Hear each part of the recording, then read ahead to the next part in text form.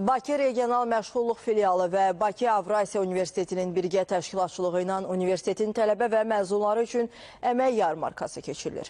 Yarmarkada neçə müəssisə vakansiya ilə çıxış edir? Ətraflı məlumatları birbaşa bağlantıda əməkdaşımız Şəfiqə Hüseynova çatdıracaq. Şəfiqə, salamlayırıq sizi. Buyurun, efirdəsiz, söz sizdədir.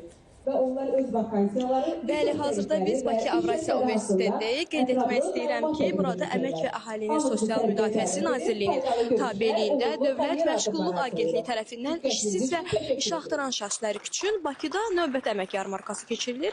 Agentliyin tabeliyində Bakı Regional Məşğulluq Filialını və Bakı Avrasiya Universitetinin birgə təşkilatçılığı ilə keçirilmiş aktiv məşğulluq tədbirlərində 43 işə götürən iştirak edir və 150-yə yaxın vakansiya təqdim olunub.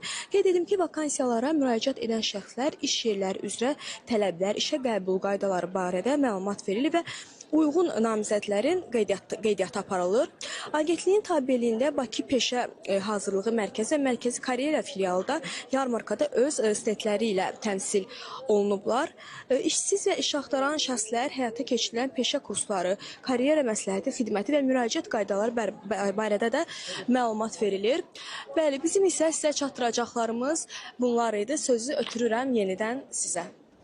Əməkdaşımız Şəfiqə bizə əmək yarmarkası ilə bağlı son məlumatları çatdırdı.